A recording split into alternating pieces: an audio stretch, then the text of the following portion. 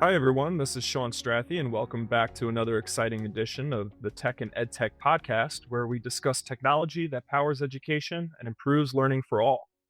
In today's episode, we're going to be exploring something that goes beyond tools and platforms and gets to a more fundamental question. What does AI mean for education, for teachers, for learners, and for knowledge itself? Our guest today, Stephen Jull, works across education systems globally and brings a perspective that is as philosophical as it is practical. Welcome to the show, Stephen. Hey, thanks, Sean. Nice to be here. So, Stephen, before we get going, you're currently serving as the global head of AI and EdTech for Teach for All. But I'm a little curious about your backstory. It's my understanding you've worn many hats: academic, founder, CEO, advisor, VC.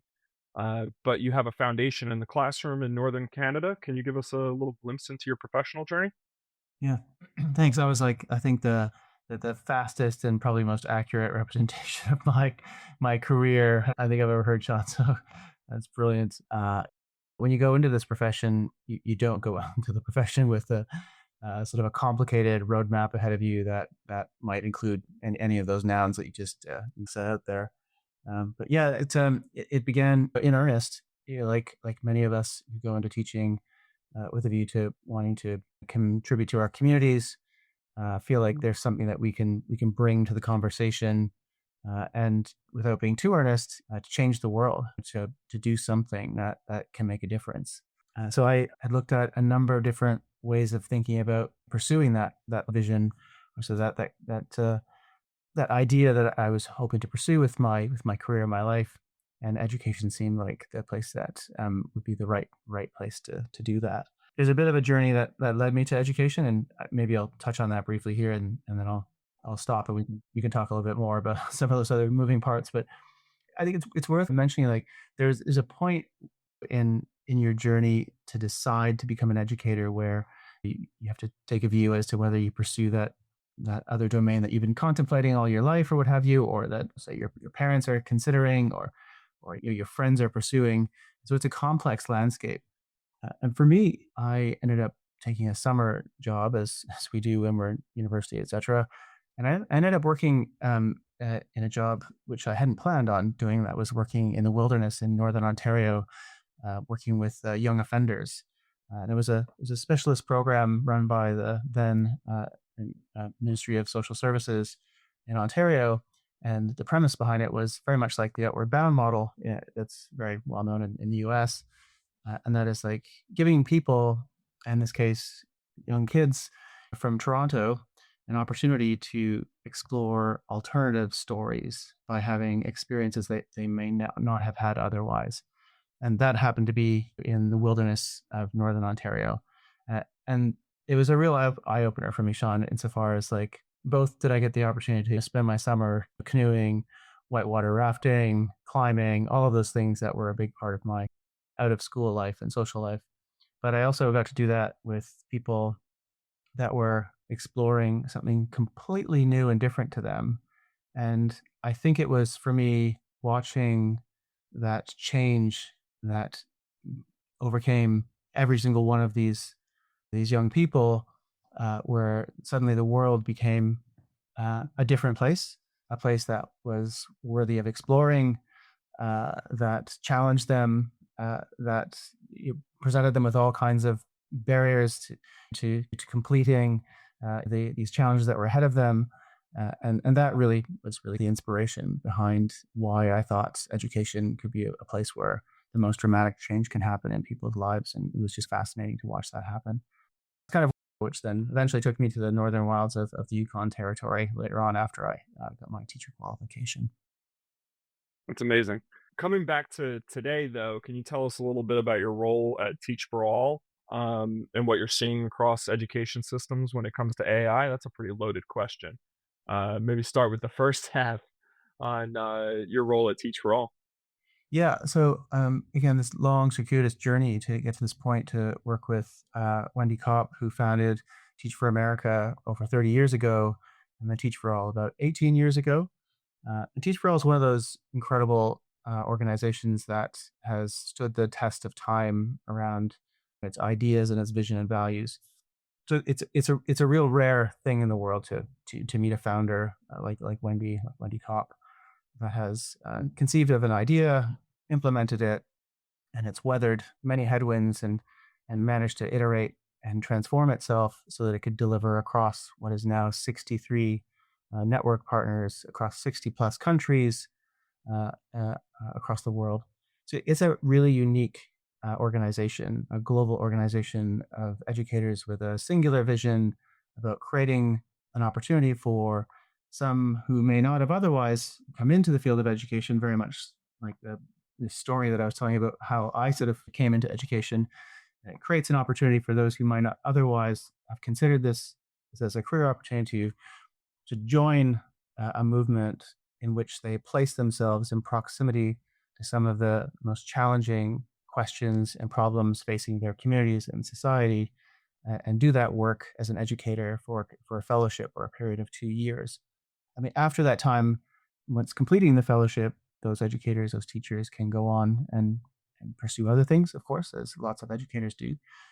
But interestingly, most of the fellows that graduate and become alumni stay in either social impact and education going forward. So it's for context, it's a really unique organization where you've got 60 plus countries with educators moving through a program, all sharing the same vision and values about putting themselves in close proximity to the issues that matter in their communities and trying their best to contribute. So that's really the context.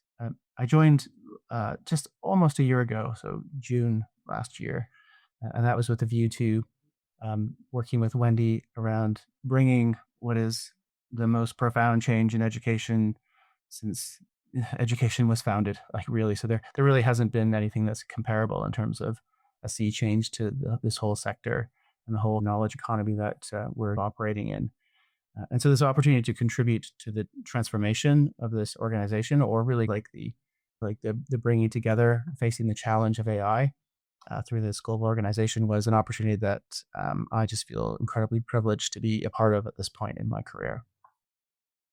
That is fantastic. I think that I know plenty of alumni from your organization that have gone on to work in other uh, uh, educational companies, became local teachers here in New York and New Jersey. And I'm always amazed at the perspective that they bring. Uh, an upbeat, can-do attitude to every challenge that that they come across after they do their time with your organization. So I think that that's a true testament to what you guys do with the teachers, let alone what you do with the students. Um, and coming back to, you mentioned that this is the most profound change in education since the dawn of education, which that's a big statement. What are you seeing across different education systems when it comes to AI? What's the high level view globally that you're seeing? Yeah, that's a really great question. And this is something that's front of mind for everyone. Here we are in spring 2026.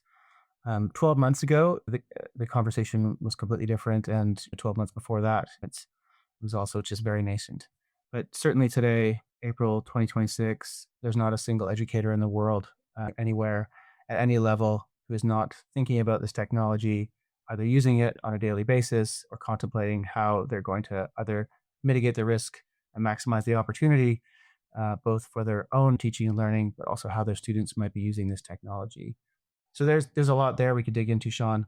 But the general landscape is we're all in it together. It's one of those really unique moments too, where on a global basis, there's something happening in a system change in education in which every single country, every single teacher is paying attention to the same questions. And to be honest, at this point, there is no single right answer yet. I think there's some interesting ways of approaching that opportunity, that problem, however you want to frame that. That I think is probably the way I would frame it, Sean, is that we are all thinking about this problem, and that in itself is unique, and it probably has never happened before either. I think the speed of change as well is what's different about this revolution compared to previous ones. I come back to like analogies of previous forms of transformation, right? everybody always goes back to the printing press. I wasn't around during the printing press invention, but the dawn of the internet and the digitization of educational systems and processes, that took years and years to refine and implement, and there were early adopters and late adopters, and the common bell curve that a lot of ed tech companies used 15 years ago to talk about where adoption sat of their digital systems. But this is all happening within like months. Like Gen AI really hit the public lexicon just a few years ago, and it's impacting everybody around the globe. And that just it gives me pause and makes me agree with what you're saying about how this is just totally different than anything in the past. Yeah, no, that's 100% true. And it's, I think 12 months ago, I think it was not easier to be bullish about the opportunity and quite excited about it. Who wouldn't be excited about uh, open access to knowledge for every single person in the world, wherever they happen to be, with the opportunity to innovate and create from that knowledge history. That's kind of a remarkable thing, right? And I'm still very very excited about that. But I think what you and I are both alluding to here is like the problem is like it's not that this. I mean, this is this general purpose technology, which is probably the single other greatest technology on par with this is probably fire. Like in fact, recently here, Sean, I should say, UK, they were doing a dig, an archaeological dig, where I think they were discovering or claiming to have discovered the first location of like human created fire. At least on this side of the ocean. And I think that's fascinating. But I think you've touched on the thing too that is the most troubling. And I know in this our conversation, we'll get past the big concerns and maybe onto some of the big potentials. But speed is a problem for us, that's for sure, because humans generally are cautious by just by history, by our experience, and that's particularly true when it comes to young people, parents, children, teachers, and schools. They're rightly cautious about change, and so that's a real dilemma. If we were talking about banking, I think we would probably be having a different conversation. Same dilemmas, but our way of thinking about the existential issues would be framed differently.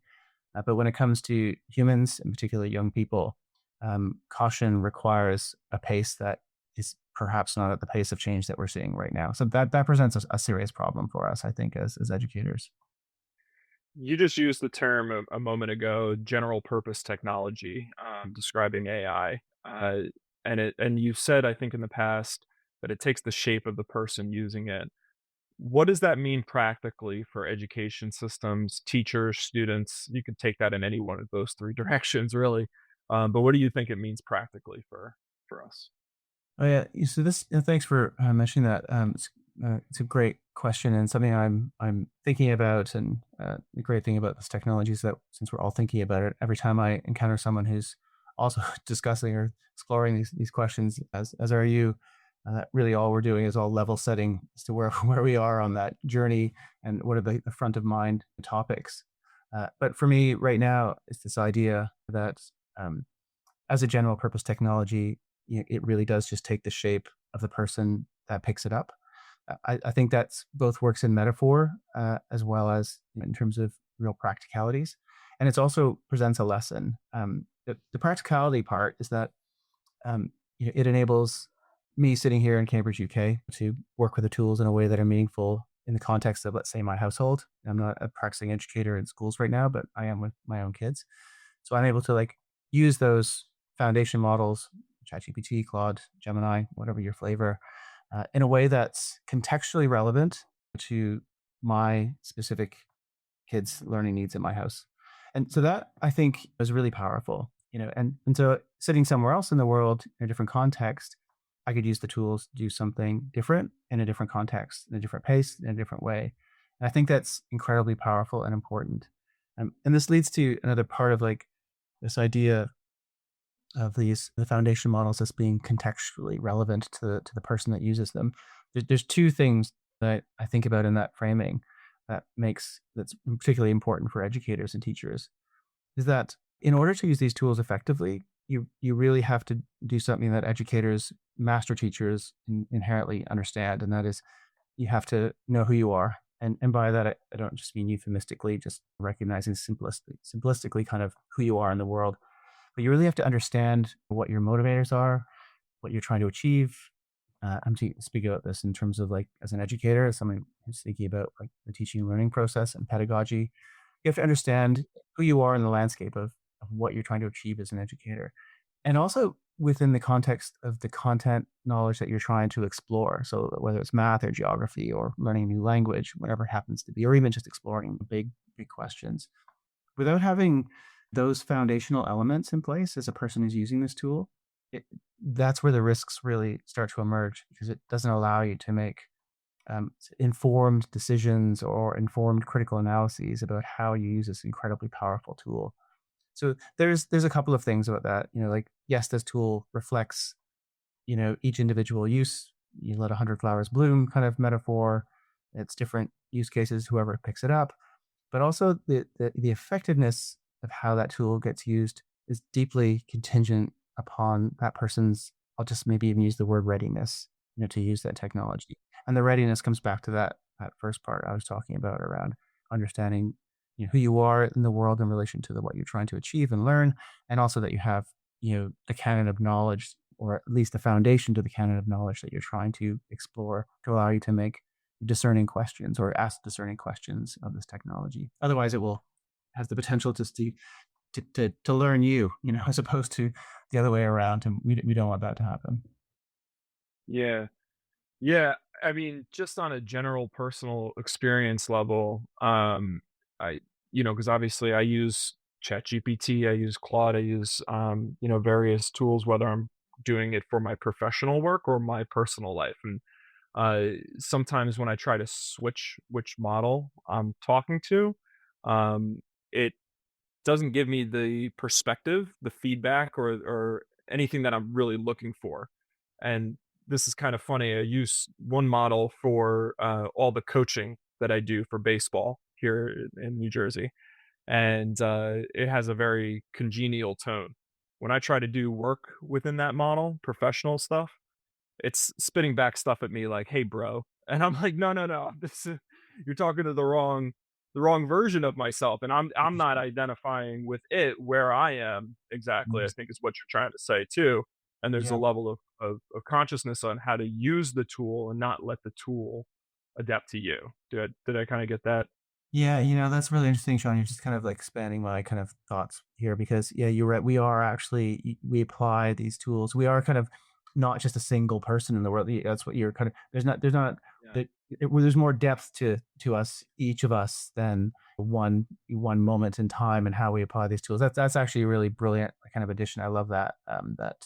Yeah, because you're as a baseball coach, you're definitely like working a different vibe than when you're doing English lit or what have you, or even like the expanding that to getting up on stage and about to present a keynote on a specific topic or what have you. There's different voices, isn't there? And that's actually quite fascinating. I like that idea a lot. Yeah.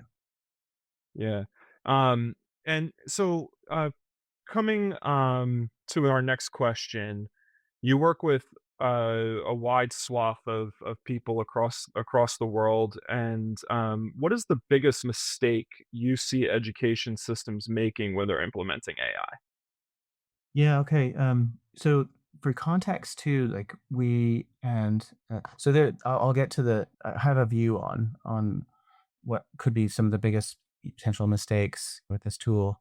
And I'm sort of touched on them a little bit already with some of the questions that we've covered here. But I should say that it's still so early in terms of how schools and educators and parents are acclimatizing to this new paradigm.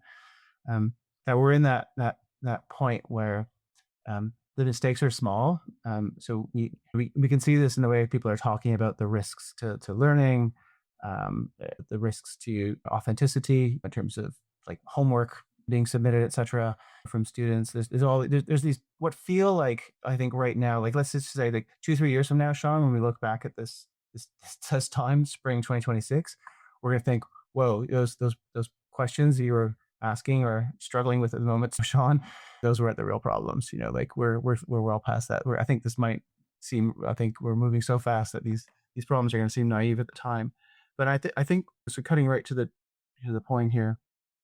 I think the biggest mistake would be that there is one way to deliver this. Okay, and I think the other like, and let's not talk frame it in terms of a mistake, but I think the way of like mitigating against the risk of going in a direction that may not lead to an optimal, inclusive, equitable, um, accountable, safe implementation of AI is to do a top down. Like, this is what we're going to do. This is the model we're going to use. Here's the ed tech that we're going to use that uses AI. Now let's all just do that. I think if we do this, if we do it that way, Sean, I think we're just doing old ed tech. And I think this technology is so incredibly new and so untested that to implement an AI strategy the way that we used to implement rollouts of new ed tech pre AI would be a massive mistake. So maybe that's the way you've actually forced me into like a way of conceptualizing this. Let's not replicate, let's not use that same procurement, deployment, professional development cycle that we used pre AI. I think that would be a massive mistake. So what we're thinking about at Teach for All across our network partners is we have this incredible advantage of having a diversity of ways of thinking and knowing, of education systems, of curricula, of pedagogies. The list is long, and how we think about teaching and learning across this global network is that we're out there like on a big exploration and listening tour with our network. And the thing that we're hearing and what we're seeing is that teachers are interested in exploring all the models, unwrapped models. Models are the foundation models, again, the Claudes, the ChatGPTs, the Geminis, etc. Some of the the edge models that are coming out right now are being explored too by some of our network. And those very conversations that they're having, and how they're exploring them are getting shared across our network. And that is informing this next phase of potential. If it had to be defined, and it will be at some point, some implementation strategy that's coherent, that's sustainable, and that allows us to do this effectively. So I think I sort of touched on the biggest potential mistake, and the biggest opportunity, I think, lies in that. Let's just frame it as trusting educators within the paradigm of supported guidance by the systems that run schools to explore these tools responsibly so that we can begin to understand what are the effective implementations, how can we use this differently in different contexts, by different subjects, by different ages, of course. So I think that I think is the direction that would go, Sean. Is like, I think we're in the exploration phase right now. I think based on what you're saying, I have two conflicting thoughts in my head. One, I hear you on we don't know what's going to happen in the next 12 months. Like you said, we could have this conversation next year and look back and say our predicaments that we identified were silly. Like we moved past those so quickly. At the same time, and so you want people to continue to explore and try things out because we don't necessarily know where it could go, and we're only going to find out by people experimenting. At the same time, we've seen general technologies like cell phones, social media, if you wanted to consider those general technologies, but just widely available consumer technologies do a lot of harm on students as well.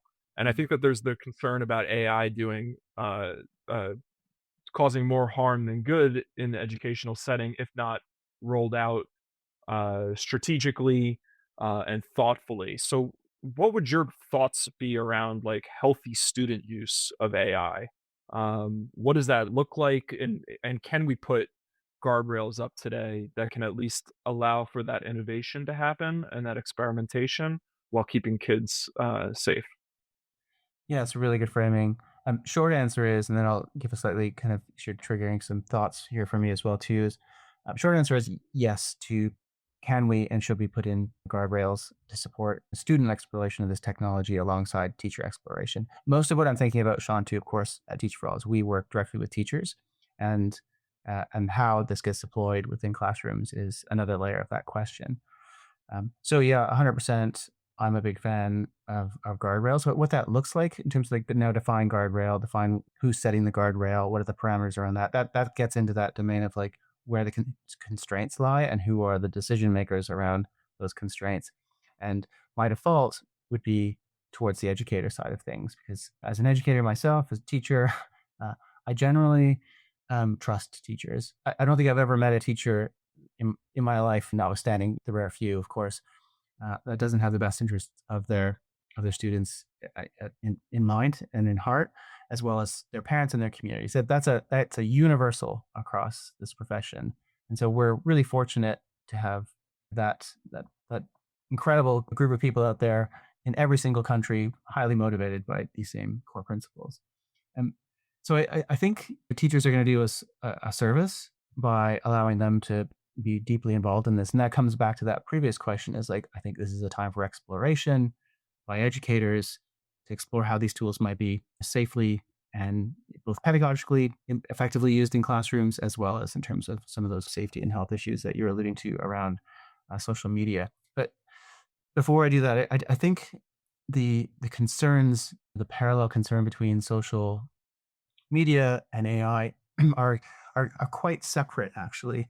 But let's remember that social media was never intended for education, and it sort of found its way into the vernacular, onto phones, and then worked its way down into younger people and younger people. And that sort of happened without us really paying attention as a society. The advantage is that we've gone through those hard lessons of social media with young people, that we're now eyes wide open on big and powerful changes in society.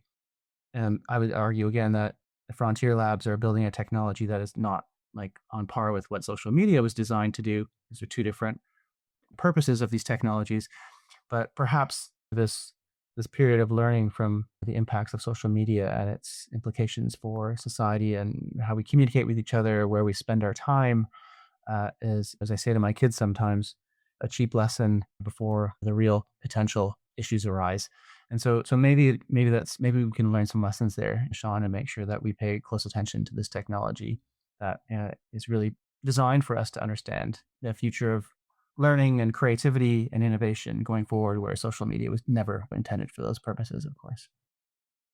Yeah. I think there's concern, rightly so, by users of the foundational models that these big tech companies will slip into the same business model as the social media companies, gathering information about their users and selling it for advertisers. And so I think we are more eyes wide open now than we were 10 years ago on that type of fact, 15 years ago. But yeah, no, I think it's there's definitely guardrails. I hear you on the teacher, trusting the teachers. Couldn't agree with you more. I mean, nobody goes into teaching for fame and fortune. Everybody who chooses the profession chooses it because they care strongly about their students and the community in which they serve.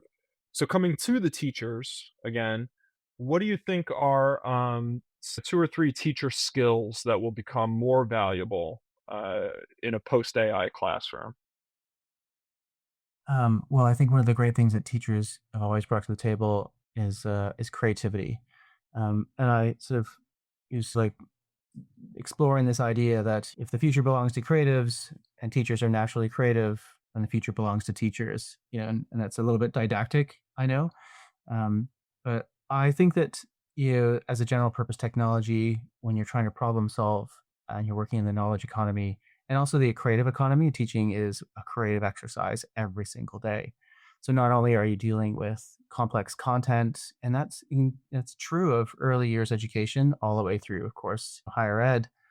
It's just different way of framing ideas. So, Stephen, we've built education systems around this idea of knowledge scarcity. And I thought about that question hard before saying it, but I still think it holds true. The internet changed it to an extent, AI challenges it way further, and it raises some hard questions. What happens to the value of knowledge when every student has near instant access to explanations, examples, and synthesis of ideas? Yeah, it's a great question, Sean. Yeah, and sort of education's always been in the business of knowledge, of course. And we think about the knowledge economy and the existential risk to that economy. We actually aren't often in the news and media reports thinking about educators in schools. I mean, that usually goes back to all of those jobs out there that are like living in the knowledge economy, or whether that's from lawyers to accountants to administrators, etc. We often think about the knowledge economy in that landscape. But in fact, educators are operating in the knowledge economy every single day. And that's really, really the core purpose of what schools have always been about. I was talking about this recently with some colleagues, and that is like when you strip back this idea of like if the transaction between or the education let's work out around on this in this regard. If we think about schools as holding an education contract with learners, so you come to school, you've got your educator there, your teachers there, and they're there to support you on your learning journey. Now, if the teacher is no longer the gatekeeper of that knowledge, and you can access that knowledge from anywhere, from home, and perhaps even a breadth of knowledge beyond what your teacher can provide. What's left? I think that what's left is the part that educators have always prided themselves on over the years, is that it's not education and teaching is not necessarily this contractual arrangement around imparting knowledge. We've often seen it that way. Go to school, get knowledge, do your homework, revise for your exams, sit your exams, and so the loop continues. Maybe what we're doing is we're heading towards a period where educators will revert to the pedagogical, the understanding, the nuanced way of understanding how each of those learners can get accelerate in their own knowledge exploration. And I think that's perhaps the next like frontier for education is moving beyond the knowledge economy that education's been involved with for all those years and more to the pedagogical and learner support engagement that's naturally inclined towards education and a huge part of what educators do and value every single day. I think you hit upon why I thought so long about the question, because this idea that the agreement is that the holders of knowledge are going to impart the knowledge onto the learner, and the learner is going to go on with the benefit of having that knowledge now to get a job, whatever. Um, that really hasn't been the case for a long time. And maybe we just, as educators and people in education, need to do a better job of promoting what modern pedagogy is really all about. Um, uh, there's this you touched upon like almost a Socratic method of teaching, right? Just guiding the learners on their own learning journey for them to achieve their goals, not necessarily this transactional transfer of knowledge. And obviously, that's as old as time. But I feel like AI and especially not knowing what the future is going to hold places so much more value on those teachers who are able to help those students learn how to learn, number 1, but also even in the absorption of information, make the neurological connections almost like working a muscle so that the next problem that they face, which is going to be different, it's not going to be the same problems we're facing today. They have those synapses firing in a way that they can then solve those problems in the future. And, um, yeah, I don't know where exactly I was going with that, but just as you were talking, this was what was ringing in my head. No, it's really great actually because again, not being in the classroom every single day, even though I sit on a board at a school here and try to stay as close as I possibly can, and I work with educators worldwide.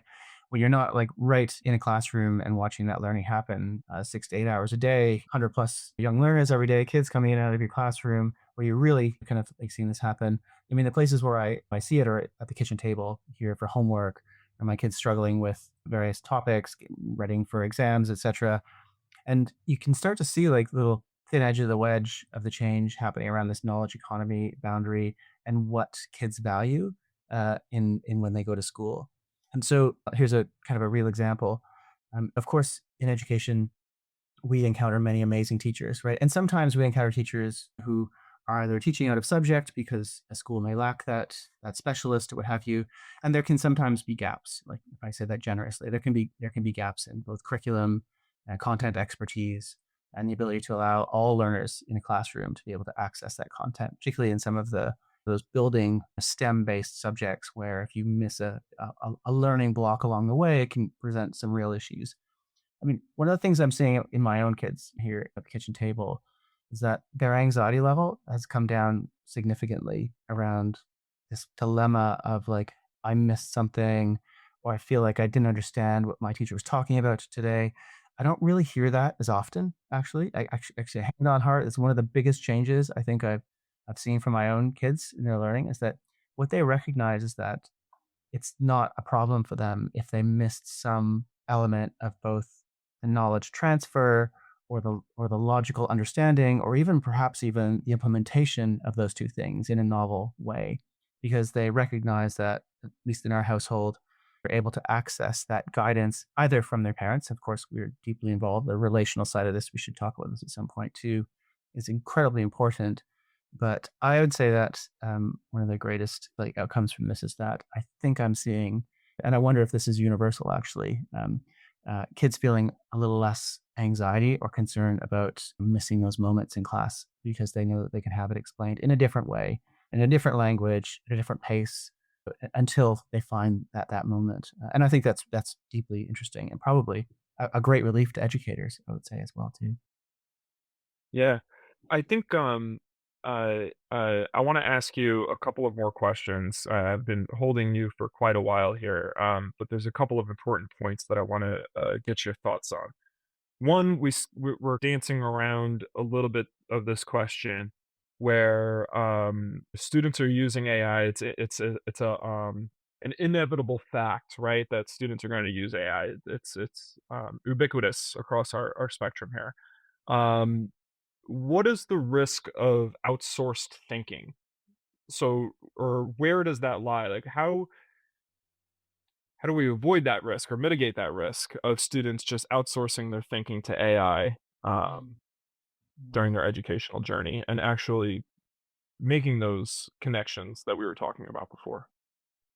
I think it comes back to your point re social media, some of the mistakes we made there and are continue to make is that it's such a passive like social media is completely passive. It's really consumer based, right? You consume things that are completely unrelated and don't support you on a personal journey really in any meaningful way. Initially, like I shouldn't be too hard on social media. There was probably a time in earnest where I think we all felt quite hopeful about being connected to friends and family around the world and it still provides some of that service. So, moving towards this idea like of outsourced thinking, like directly, and whether or not that's going to be a problem or whether we're seeing that, I think you're right that it's something that's front of mind because we don't really know yet. I think both in terms of how students are working in a pedagogical framing in classrooms at home with their homework. I'm not even going to get into the neuroscience of it because that's well outside of my scope. Yeah, and so, but I'm sure there's going to be studies that are going to help us understand this. But I think just from an educator side of things, um, where we have tools that are moderated by educators, again, coming back to the start of our conversation, you understand the benefit, the utility, how we can use these tools responsibly, thinking about those core principles of understanding your applied canon of knowledge, how you think about things, the hermeneutics or your own logic, yeah, the ways of thinking, of knowing, of working with the technology and ideas. I think by doing that, these tools will allow us to like think deeper and think more broadly, test our ideas. But that will come through again responsible use of the tools, and this comes back to that most important point, which is like having teachers in the center of this conversation, working with these tools to mitigate the risk and maximize the opportunity. Educators, I think, we're going to put us in a strong position to ensure that we can reduce the risk of shifting the responsibility of learning, outsourcing, as we say, to some AI model. This leads into my next question. Well, really two questions. Uh, in the near term, how is AI going to impact assessment approaches? But also, what does this mean for edtech and the way that edtech companies build products today in an AI world? Which I think our audience probably is most keenly focused on. But you just said something that I don't think I'm seeing in the market today, which is this very much still instructor led or instructor oversight, instructor guided use of AI. The way that AI is implemented a lot of times today in educational technology products is that it's a standalone separate feature, right? That Mhm. the student is interacting with on their own with an AI model. That AI model might be trained based on the content. It might learn about the student, might help them individualize their instruction. But what it's lacking, and I haven't thought about this too much, is that instructor oversight and that teacher oversight. So I'm sure that blends together my questions too, which wasn't a great way of asking you a question. But what are you thinking about when it comes to AI in assessment and AI in edtech products? Thanks for that. And there are two really big and separate ideas. I'll start with AI and EdTech.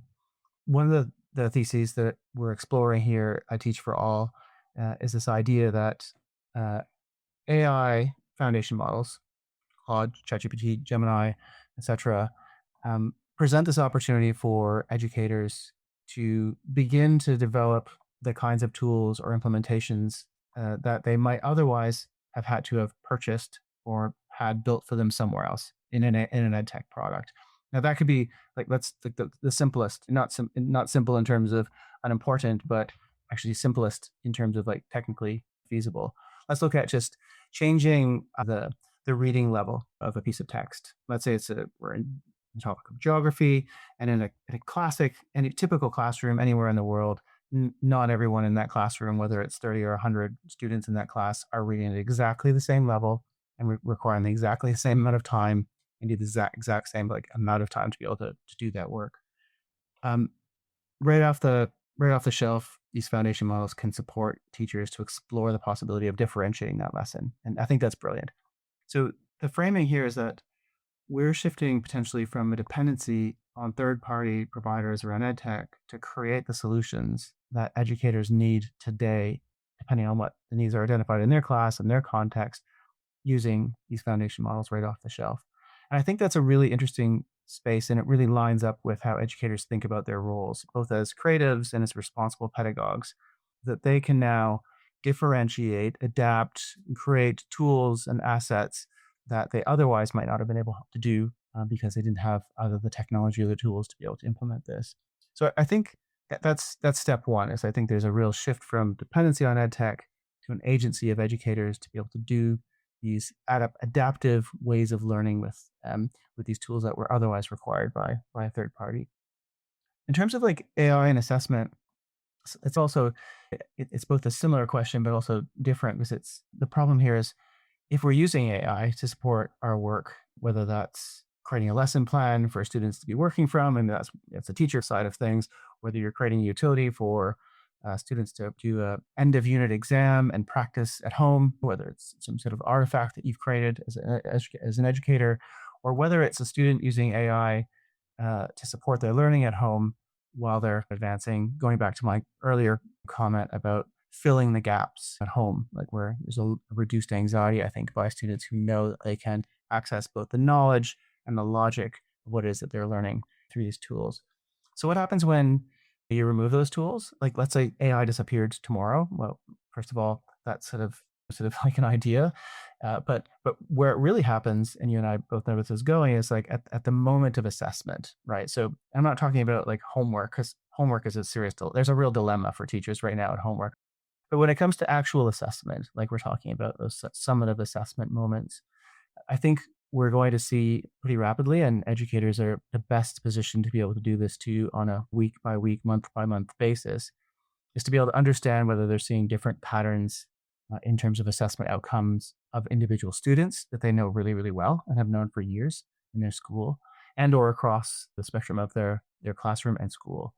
So I think there's a ton of interesting data and insights that are going to come out and probably are coming out already across schools around the direction of travel of assessment outcomes, summative assessment outcomes by topic. And that's an area I think, Sean, we really need to pay a ton of attention to. And at the same time, as we look at those outcomes, we should probably be in parallel, of course, looking at what are the things that those teachers and schools are doing that are providing presumably better outcomes. And if the outcomes are sort of not yet heading in the right direction, then also looking at those really quite carefully and closely and making sure that we can adapt and adjust. And I think that's how I would look at this. It's like really a part of that sort of constant, iterative, agile environment.